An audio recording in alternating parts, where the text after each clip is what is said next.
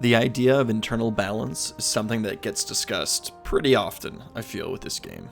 The central concept is that models, sub-faction, enhancements, and so on within any army should all have a minimum level of power and should see some play depending on metas, season rules, etc.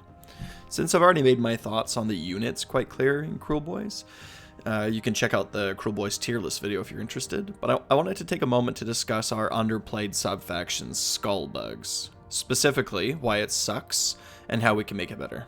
My name is Moss, and I hope your day is free of unnecessary suffering. Let's get started.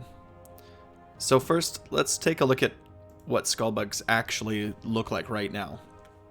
Even other greenskins think that the Skulbugz are an unsettling bunch. They have an affinity with creepy, crawly things, and are usually surrounded by undulating swarms of gangly swamp midges and nasty scuttling critters that are likely to run up a foe's leg. Understandably, this can be extremely distracting to their enemies in battle. So their sub-faction ability is called Crawly Swarm. The Skulbugz and their loathsome war beasts are magnets for all kinds of biting, wriggling creepy crawlies.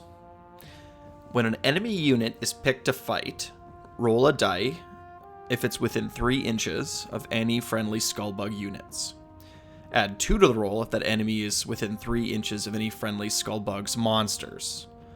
On a 6-up, subtract 1 from hit rolls for attacks made by that enemy unit in that phase. So, I mean, personally, I love the flavor that this sub-faction brings. They're the dirtiest of the dirty, the loathsome of the loaths. It's very fitting. They're swamp-dwelling orcs. The rules that they bring are incredibly weak. The rules themselves are very inconsistent and poor. The effect, realistically, is only going to happen if it's a monster, and only about half of the time. Remember that the only monsters that we have in our army are also the Sludge Raker and the Vulture. And these units of ours are often sitting in the back, or at least the way that I play them, and they only see combat like during the Wa turn and after. This means that they're not likely to be attacked as often as they are attacking, right? And if you are being attacked more than you're attacking, you're probably losing. But even in the best case, it only goes off 50% of the time. So if you pick this sub-faction, it wouldn't be unrealistic to see a game where you get 0 benefit from running this sub-faction. Right? If it's a Gut Ripper unit on a 6-up, it's like, and it's not like it's 1 die roll for every enemy unit within 3. It's just if there is an enemy within 3, you roll. So it's like it's just nothing's gonna happen, right? This is sort of getting back to that dirty trick problem where it's like sometimes it might do something and other times it might do nothing. And why would I pick a sub-faction or a dirty trick where there's a probability that nothing is going to happen? Like you don't want to bring more randomness into a dice game if you can avoid it.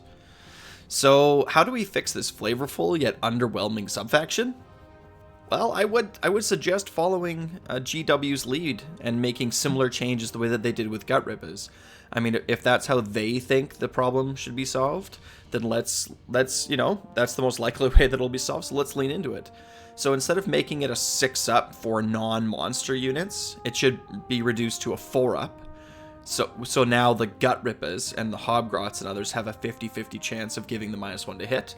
And you should also maybe get a +1 if the unit is on a mount. So that would be Break-a-Boss, Marshcrawler, and Gnashtooth. So that's a 4-up for our battle line guys on foot, a 3-up for those that are on a mount, and if it's a monster, it's just automatic, right? Like being within 3 of a monster gives you -1 to hit.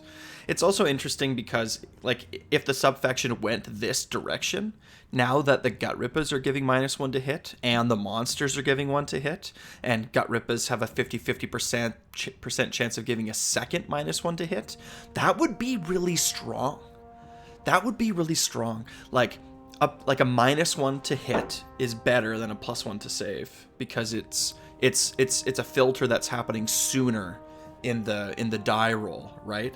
So if you can remove 2 or 3 hits, right? That's better than getting +1 to save. So, but again, I absolutely love the flavor from the sub faction. So, It would also be interesting, maybe another way that you could make this subfaction powerful is if you allowed us to have another battle line option. So for example, you could say that if you take Skulbugz subfaction, right, that Hobgrots are battle line, right, in this unit. So it's like, okay, so if you take Skulbugz, then, you know, you don't have to take Gutrippas, even though they're better now. So like my men, I still have to wait and play them out, but Gutrippas are better now than they were. So I have to take it's gonna take me a while for my mental state to change about them, right? Because now it's like, oh, you don't have to take Gutrippas, awesome, you get to take Hobgrots instead. That might not be the case anymore, but still, if you could take Hobgrots as battle line, it means that you would need a total of 240 points worth of battle line. So it just opens up more points for like monsters and stuff, right? So if you were running Skulbugz and you wanted to run a Marsh Crawler because it's a 3-up, you know, to give -1 to hit, that might be interesting. So I mean, I don't know. I would just love to see the internal balance of this game changed a little bit, or of this army changed a little bit.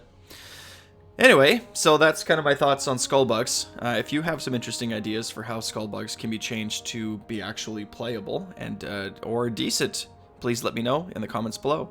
Like, subscribe, wah.